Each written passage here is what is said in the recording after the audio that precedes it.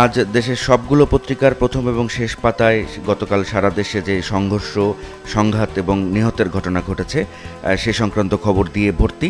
হাতে রয়েছে প্রথম আলো। প্রথম আলোর প্রথম পাতার প্রধান খবর, সারা দেশে ব্যাপক সংঘর্ষ, নিহত ৯৮।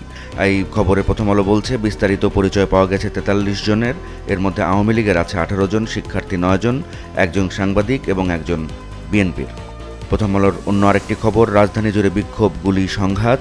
এতে বলা হচ্ছে, শঙ্কা, ভয়, উদ্বেগ নিয়েই শুরু হয় রাজধানী ঢাকার রোববার সকাল।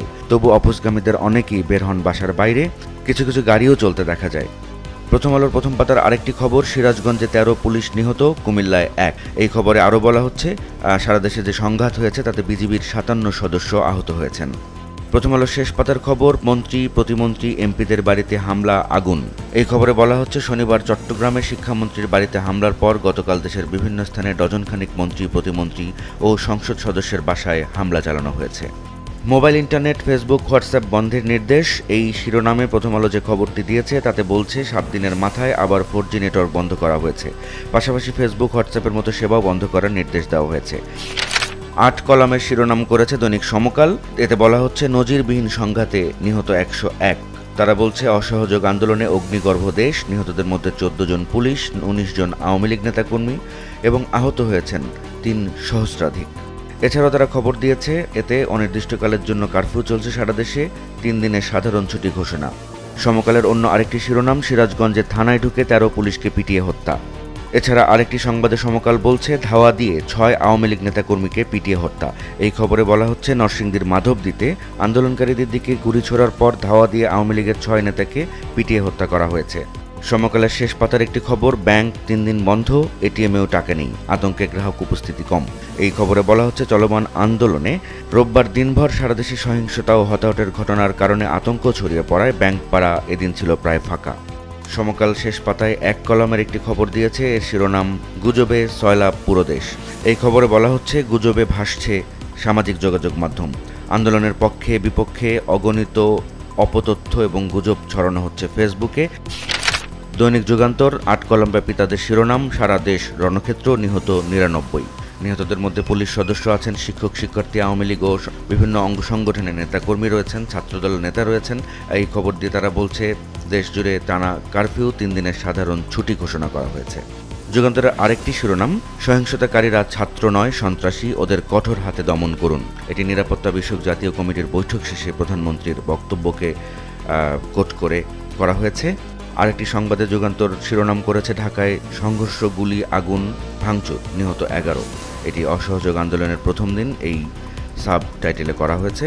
এই খবরে বলা হচ্ছে, অসহযোগ কর্মসূচির প্রথম দিনে ঢাকায় বেশ কিছু এলাকা রণক্ষেত্রে পরিণত হয়।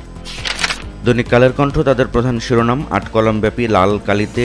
এতে বলা হচ্ছে, ২০ জেলায় ১৪ পুলিশ সহ নিহত ৯৭। ভেতরে বলা হয়েছে, অসহযোগ কর্মসূচির প্রথম দিনে বিভিন্ন স্থানে হামলা, ভাঙচুর, আগুন, গুলি। আজ লং মার্চ টু ঢাকা কর্মসূচি আন্দোলনকারীদের। পাশাপাশি আরেকটি খবর দিয়েছে কালের কণ্ঠ, যার শিরোনাম, নৈরাজ্যবাদীদের কঠোর হাতে দমনের আহ্বান প্রধানমন্ত্রীর। কালের কণ্ঠের শেষ পাতার একটি খবর, বাজারে ক্রেতা কমলেও চাল, মাছ ও সবজির দাম বাড়তি।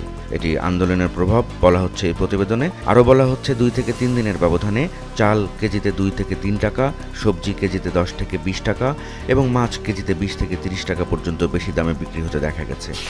দৈনিক কালবেলার শিরোনাম, রক্তাক্ত বাংলাদেশ, লাশের মিছিল। ৮ কলামের এই শিরোনামে যে খবরটি তারা দিচ্ছে তাতে তারা বলছে, একদিনে ঝরেছে অন্তত ১০৪ প্রাণ, সারা দেশে ছড়িয়েছে সহিংসতা, নৈরাজ্য। সিরাজগঞ্জে থানায় ঢুকে ১৩ পুলিশ সদস্যকে হত্যা, রাজনৈতিক নেতাদের বাড়িতে আগুন। মৃতের তালিকায় শিক্ষার্থী, সাংবাদিক, জনপ্রতিনিধি, পুলিশ ও আওয়ামী লীগ, বিএনপির নেতাকর্মীরা রয়েছেন। সারা দেশে ২০ থানাসহ পুলিশের ২৭টি স্থাপনায় আক্রমণ চালানো হয়েছে। এই খবরটির শিরোনাম কালবেলা করেছে, টার্গেট করে থানায় হামলা, নিহত ১৪ পুলিশ। কালবেলার আরেকটি খবর, নাশকতাকারীরা ছাত্র নয়, সন্ত্রাসী, প্রধানমন্ত্রী। নিরাপত্তা সংক্রান্ত জাতীয় কমিটির যে বৈঠক ছিল সেখানে প্রধানমন্ত্রী বলেছেন সন্ত্রাসীদের শক্ত হাতে দমনের জন্য। সেই সংবাদটি দিয়েছে কালবেলা ২ কলামের এক প্রতিবেদনে। অন্য আরেকটি প্রতিবেদন ২ কলামেরই পাশাপাশি, এই প্রতিবেদনের শিরোনাম, দ্রুত চূড়ান্ত পরিণতি চান আন্দোলনকারীরা। দৈনিক বাংলাদেশ প্রতিদিন তাদের প্রধান শিরোনাম, লাশের সারি, রক্তাক্ত দেশ। এই খবরে তারা বলছে, ঢাকাসহ জেলায় জেলায় সংঘর্ষ, গুলি, হামলা, নিহত ১০৪। বাংলাদেশ প্রতিদিনের আরেকটি খবর, নাশকতাকারীদের শক্ত হাতে দমন প্রধানমন্ত্রী। দ্য ডেইলি স্টার তাদের প্রধান শিরোনাম at least 93 dead as violence Greaves the country. এই শিরোনামের খবরে তারা বলছে 93 নিহতের পাশাপাশি 1000-এর বেশি মানুষ আহত হয়েছে এবং তাদের অনেকেই আহত হয়েছে গুলির আঘাতে। এই খবরে তারা বলছে গতকাল সরকার বিরোধী যে বিক্ষোভ হয়েছে তা কমপক্ষে 20টি জেলায় ছড়িয়ে পড়েছে প্রথম দিনে। ডেইলি স্টারের আরেকটি শিরোনাম 1 point demand, protesters call for march to Dhaka today. Daily স্টারের অন্য আরেকটি খবরের শিরোনাম 13 cops killed in attack on police station in Sirajganj. এই শিরোনামের খবরে তারা আরও বলছে সিরাজগঞ্জে 13 জনের পাশাপাশি ইলিয়টগঞ্জ, যেটি কুমিল্লায়, সেখানেও একজন পুলিশ নিহত হয়েছেন।